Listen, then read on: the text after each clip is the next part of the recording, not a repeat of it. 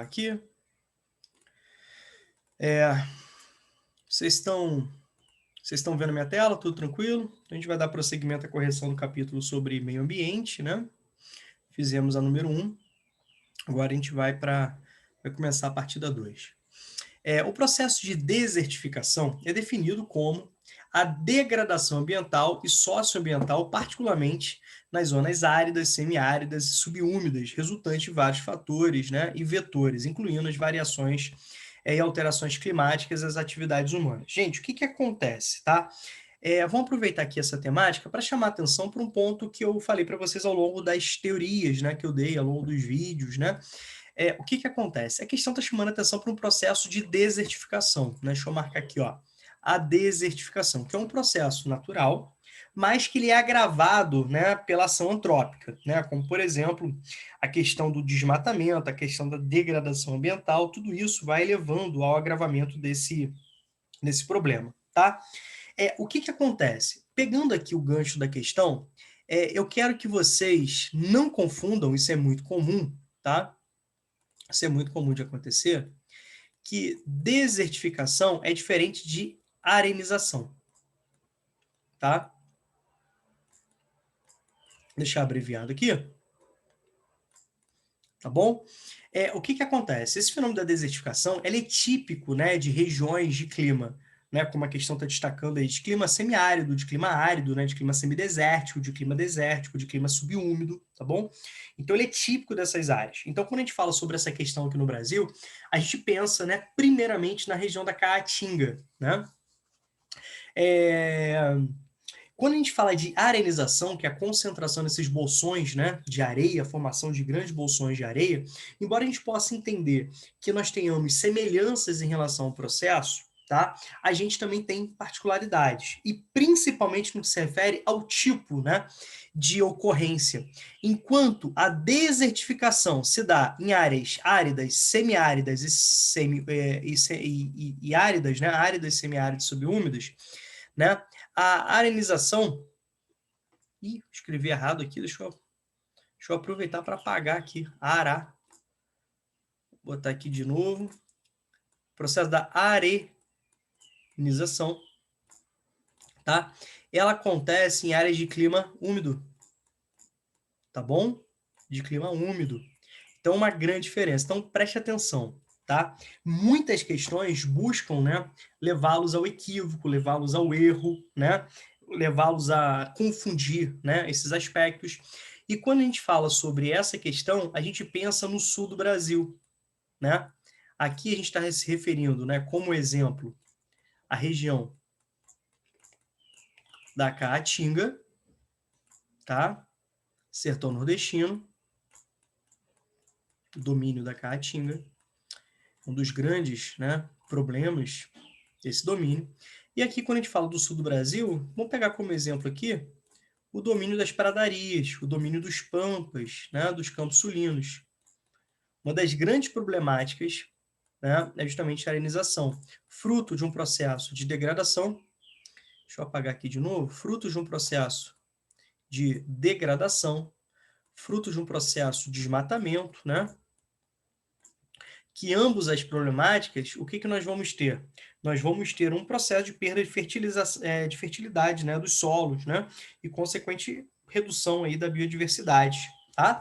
Então, enquanto isso, nós temos um processo de perda de fertilidade do solo, né, redução da biodiversidade, enquanto a desertificação se dá em climas, né, semiáridos a áridos, de menor oferta hídrica, a arenização ela se dá, né, em áreas úmidas.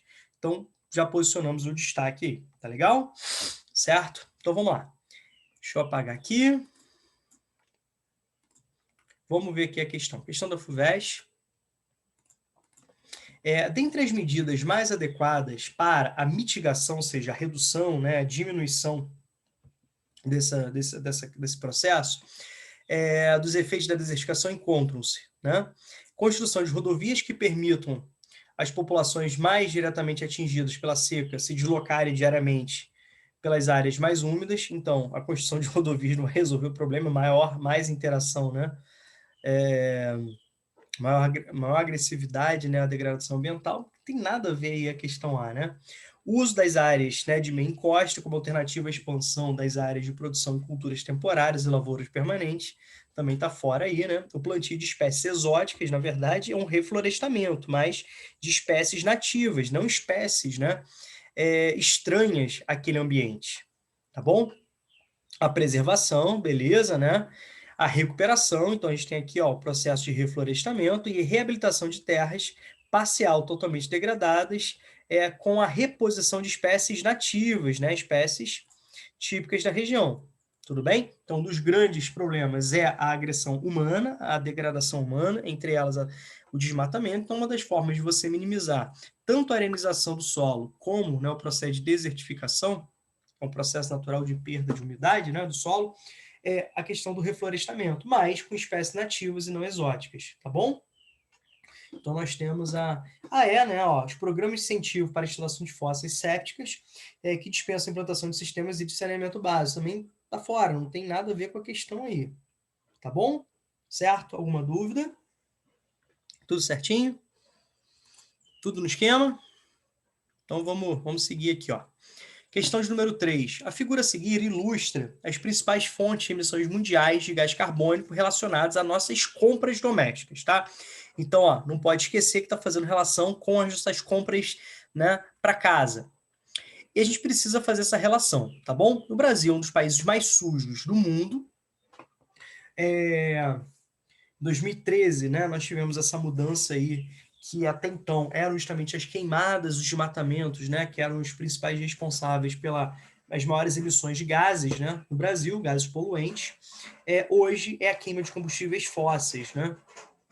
Essa queima se apresenta como o principal responsável, tá bom? Mas a gente precisa analisar aqui a tabela. Então nós temos, olha só, os responsáveis, o desmatamento, que abre grandes áreas, né, para plantar o que ingerimos. Então a gente pode perceber que nós temos avanço, né, sobre as áreas de plantio, em relação às áreas de vegetação natural. 23%, né, da indústria, quase toda a produção é para o nosso consumo. 24% de produção de energia, cerca de 2/3 abastece as indústrias e serviços que nos atendem. 8% construção, né? Faz parte de nossas escolhas, mas não é um consumo diário. 14% transporte, metade dos translados é para cargas que compramos. Lembre-se sempre da opção que o Brasil teve, né? Implementou ao longo do século XX, ao longo do seu processo urbano-industrial, de prioridade para o rodoviarismo. Mais de 70% daquilo que nós temos de deslocamento, temos de cargas, de pessoas, né, é através das rodovias. 17% da agricultura, né, o cultivo de alimentos que comemos. Lembrem-se que cada vez mais nós somos levados para uma lógica, né, publicitária, né, para um estímulo muito grande a ingerirmos alimentos processados, até mesmo ultraprocessados, que trazem uma infinidade, né, de problemáticas. Então, não somente é uma qualidade ruim desse alimento, em termos de nutrientes, em termos de utilização, né, de agentes químicos, né, de conservantes, muitos, inclusive, já estudados, já catalogados, já apresentados, né, pelas pesquisas científicas, que tem uma agressão absurda, né, ao nosso corpo, sendo inclusive fatores, né, que desencadeiam outras doenças, inclusive câncer, né, alguns tipos de câncer relacionados a isso. E, além disso, né, o consumo de embalagens, né, e, ao mesmo tempo, todo o beneficiamento que acontece, utilização de água, utilização, né, de energia para esse beneficiamento. E qual é a lógica? A lógica é você agregar valor, né? Então você compra aqueles alimentos extremamente ultraprocessados que precisam de grandes conservantes para facilitar a questão da preservação, né, e manter o lucro, né, das indústrias, para que esses alimentos cada vez durem mais nas prateleiras. E a gente está pagando com o meio ambiente, está pagando com a nossa saúde, com a nossa qualidade de vida. Tá? É sempre bom falar isso, certo? Nossas compras domésticas são responsáveis por 77% das emissões de gás carbônico do mundo, de forma direta ou indireta. Muitas das vezes, né, não é de uma forma direta. Então, por exemplo, o Brasil é um grande produtor de soja, beleza? Às vezes a gente não consome soja diretamente, porque a soja é produzida principalmente para atender os anseios da indústria de produção de ração animal, que vai alimentar, por exemplo, porcos, né? E a gente vai consumir os porcos. Muitas das vezes de forma ultraprocessada, esse alimento também, conservantes e tal. Então, precisamos, né, ter essa reflexão. Com base nas informações da figura, então, ó, isso aqui é fundamental. Então, o gabarito, obrigatoriamente, né, precisa ser aquela opção que tenha relação com aquilo que está sendo chamado, chamar atenção, né, para reflexão na questão, e observando as emissões de gás carbônico estão diretamente ligadas às compras domésticas. Deste modo, deduz-se das relações de produção e consumo apresentadas que o crescimento econômico e proteção ambiental são políticas públicas incompatíveis. Na verdade, deveriam ser compatíveis dentro da lógica da sustentabilidade, né? Lembre-se do macetezinho, ó. Certo? Lembre-se desse macetezinho aqui sempre quando vocês forem pensar nesse tipo de questão, tá? No Enem, principalmente, eles vão sempre pedir uma interpretação, vão querer que vocês tenham, né, esse entendimento sobre a relação de sustentabilidade. Então, você precisa integrar os interesses econômicos, os interesses sociais e os interesses ambientais, tá? É aqui que está a sustentabilidade. Tudo bem? Nunca se esqueçam disso. É aqui que está a sustentabilidade. Tá? Vou botar uma abreviação aqui. Então, você tem um modelo que prioriza o econômico, consequentemente trazendo problemas sociais. Então, as políticas públicas precisam ser compatíveis com a questão ambiental, tá? E também com a questão econômica. Beleza? A redução da atividade industrial faria pouco impacto nas emissões globais de carbono? Não, as atividades industriais, né, como a gente pode perceber, têm um peso bem significativo. Vamos voltar aqui ao gráfico, que a gente vai perceber, ó. As atividades industriais são responsáveis por 23% diretamente, tá? Dos gases. Então, a B está furada. Os fluxos de carbono na atmosfera não são afetados pelas atividades humanas, são afetados pra caramba, né? Então, fazendo, né, referência àquele grupo de cientistas que relaciona o agravamento do efeito estufa às atividades antrópicas, principalmente a queima de combustíveis fósseis, tá certo? A produção de alimentos é diretamente o principal responsável pelas emissões de gás carbônico, tá? A questão que pode ficar na dúvida é o diretamente, certo? E aí, haveria decréscimo nas emissões de gás carbônico se o consumo ocorresse em áreas mais próximas da produção, tá bom? O que isso poderia ter? Um impacto aqui, ó, transporte, por exemplo, metade dos translados é para cargas de compramos. Então, se você tivesse uma produção mais próxima, daí a vantagem de você consumir produtos locais, você ter um menor deslocamento, menor, né, distância a ser percorrida, e, consequentemente, você teria uma economia em relação ao transporte, que poderia trazer economia do valor, e principalmente na emissão de gases poluentes, tratando a questão. Tá? Então, você teria, né, esse objetivo de ser atendido. Haveria não, uma diminuição das emissões de gás carbônico se o consumo ocorresse em áreas mais próximas da produção. Existem questões, inclusive temas de redação, que exigem do aluno essa reflexão, esse entendimento, né? Uma grande valorização pela produção local, pelo consumo local, que além de ativar a economia, além de valorizar, né, a questão econômica, cultural e social, né, do local, traz também alimentos, né, com uma qualidade nutricional maior, e além disso, além de outros fatores, né, principalmente ligados à agricultura familiar orgânica, você também tem um menor deslocamento, que contribui para, né, uma redução dos impactos ambientais também. Então, nosso gabarito aqui, certo? Beleza? Certo? Certinho?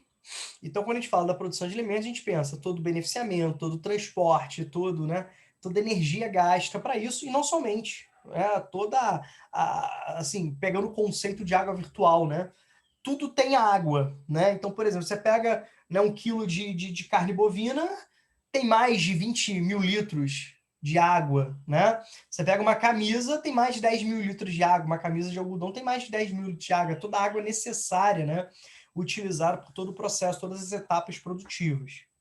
Tá certo? O nosso gabarito aí é. Meus amores, alguma dúvida? Algum questionamento? Quer perguntar alguma coisa? Tudo tranquilo? Então vamos que vamos. Alguns especialistas argumentam que deveriam haver rótulos climáticos na comida, da mesma forma que há informações sobre nutrição. ou seja, quanto que aquele alimento contribui para a pegada ecológica, quanto de água ele utiliza, quanto de carbono ele utiliza, né? Quanto de energia ele utiliza, né? Então, uma rastreabilidade seria extremamente importante, né? Uma rastreabilidade seria extremamente importante. Então, só pegando um gancho aqui, tem uma marca francesa, né, de calçados, que é interessante, que ela é francesa, né? Lá na França ela é conhecida como Veja, né? Aqui não pode se utilizar o nome, né? Utiliza outra expressão, é Vergue, eu não lembro qual é o nome da marca, tá? É uma marca francesa, mas os tênis são produzidos no Brasil, né? Se eu não me engano, no Ceará.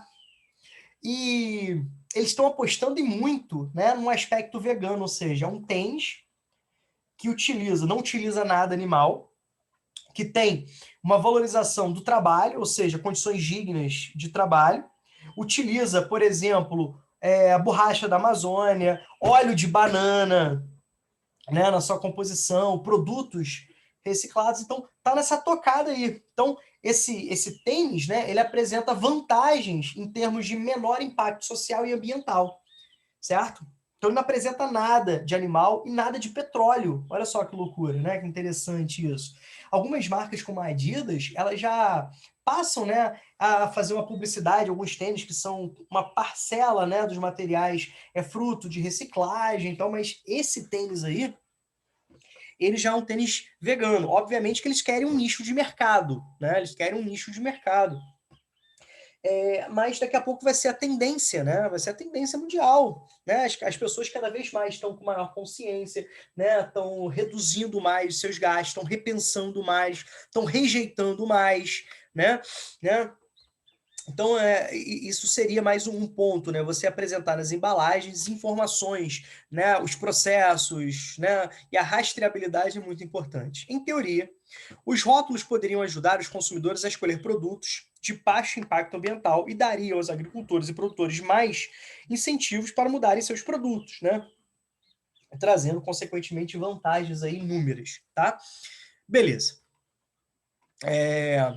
Considerando, né, a proposta apresentada pelo textinho, um dado que poderia constar nos rótulos de alimentos seria, certo? O que poderia ser colocado aí?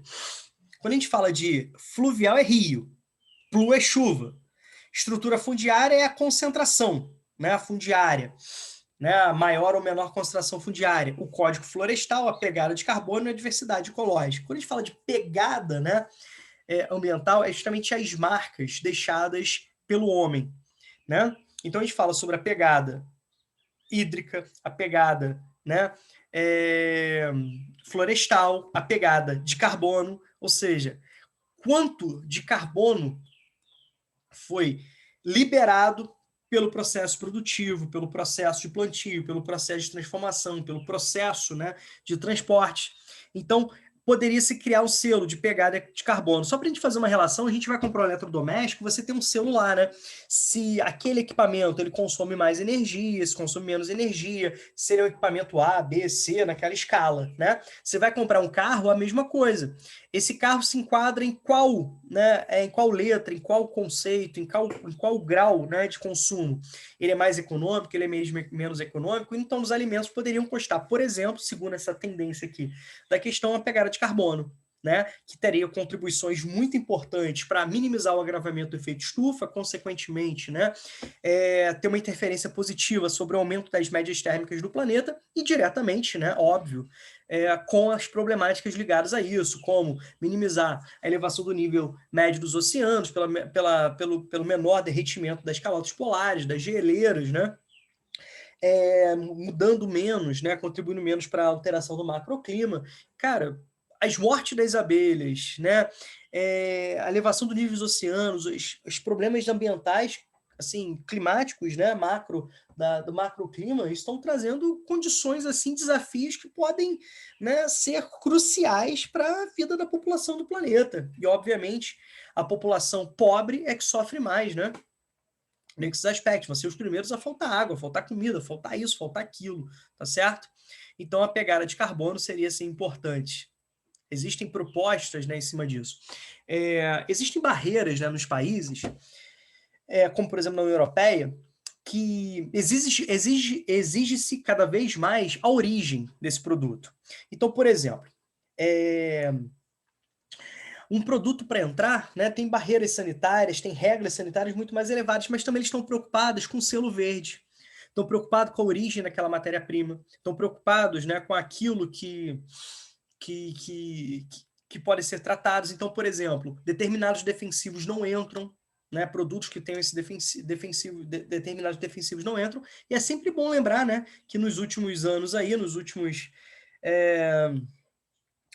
1 ano e meio, né, cara, o Brasil liberou mais de 200 tipos de agrotóxicos. E detalhe, isso vai trazer prejuízos para a exportação brasileira. Muitos países rejeitam já vários agrotóxicos que o Brasil liberou atualmente, né? Vários defensivos químicos, herbicidas, pesticidas, fungicidas, né? Que foram liberados. Isso atrapalha muito, né, a economia brasileira, né? Isso pode trazer problemas seríssimos, como vem trazendo, né, problemas seríssimos. Então, isso gera cada vez mais, né, o interesse sobre a consciência ambiental. Então, por exemplo, você vai comprar um móvel. Cara, você precisa da rastreabilidade, tá? Beleza, essa madeira aí, ela é de reflorestamento, certo? Esse pinus aí, ele foi fruto de um processo de expansão, né, sobre áreas nativas, está relacionado à silvicultura, nessas florestas plantadas, não está? Qual que é a origem dessa madeira? Como são as condições de trabalho? As empresas, né, que foram importantes no seu processo de fabricação, de transportes, elas têm essa consciência ambiental, elas têm isso. Então, começa a se pensar, né, começa a se exigir. Então, assim, não se espantem, né, se daqui a alguns anos, daqui a algumas décadas, às vezes a gente nem vai estar aqui, mas que essas empresas como a Monsanto, né, como a Gargil e outras tantas, passem a investir cada vez mais em alimentos saudáveis, em alimentos orgânicos, né? Aí você fala, Romulo, isso é impossível, cara. Quem pensava algumas décadas atrás que o McDonald's ia ter a opção vegana, né? Que cada vez mais você tem uma Coca-Cola comprando a Mãe Terra, certo? Porque é um nicho de mercado que está em crescente expansão, tá bom? Certo? Então a gente pode fazer algumas reflexões importantes que podem ser utilizadas, inclusive, em temáticas de redação, né? Repertório cultural. Beleza? Então vamos lá. Trata-se da perda progressiva da produtividade de biomas inteiros, afetando parcelas muito expressivas dos domínios subúmidos e semiáridos em todas as regiões quentes do globo. Ó, a gente pode fazer uma relação com esse trechinho, com aqui, ó, o processo de desertificação, a questão número 2 que nós vimos. Tá certo? Que está falando justamente sobre, né, climas úmidos, semiáridos e áridos. Nessas áreas ecologicamente transicionais, que a pressão sobre a biomassa se faz sentir com muita força, ou seja, com desmatamento, né, devido à retirada da cobertura florestal. O superpastoreio e as atividades mineradoras não controladas encadeiam um quadro agudo, né, de degradação ambiental, refletindo pela incapacidade de suporte para o desenvolvimento de espécies vegetais, seja uma floresta natural ou plantações agrícolas, né, com a perda de biodiversidade, com a perda de fertilidade do solo, tá? Então, ó, aqui está deixando muito claro, ó, áreas subúmidas, semiáridas e áridas, tá? Certo? O texto enfatiza uma consequência, então o texto enfatiza, tem que levar em consideração o texto, a interpretação do texto. Enfatiza uma consequência, né, da relação conflituosa entre sociedade humana e meio ambiente, que diz respeito ao processo de, beleza? Inversão térmica, poluição atmosférica, eutrofização das águas, contaminação dos solos, desertificação dos ecossistemas, né? Olha que relação bacana aí entre a questão número 5 e a questão número 2, né? Deu uma aprofundada ali na questão número 2. Então, está falando sobre a área de desertificação, processo natural, extremamente agravado pela ação humana, típico de áreas quentes, né? De clima semiárido, de clima árido, de clima subúmido, tá bom? Com a perda de biodiversidade, com a perda, né, de qualidade do solo, isso atrapalha as plantações, né, a produtividade, isso leva ao desmatamento, né? Isso é causado, agravado pelo desmatamento. Então, sempre fazendo essa contraposição. Não confundam com arenização. Beleza? Certo? Então, esse trechinho aqui, né, é extremamente importante para a gente fazer a relação. Tudo bem? Então, nós temos aqui o nosso gabarito. Tudo tranquilo? Tudo certinho? Alguma dúvida? Alguma dúvida? Alguém quer perguntar alguma coisa? Então, beleza. Vou entender que tá tudo tranquilo, né? Tá tudo tranquilo. Então, beleza.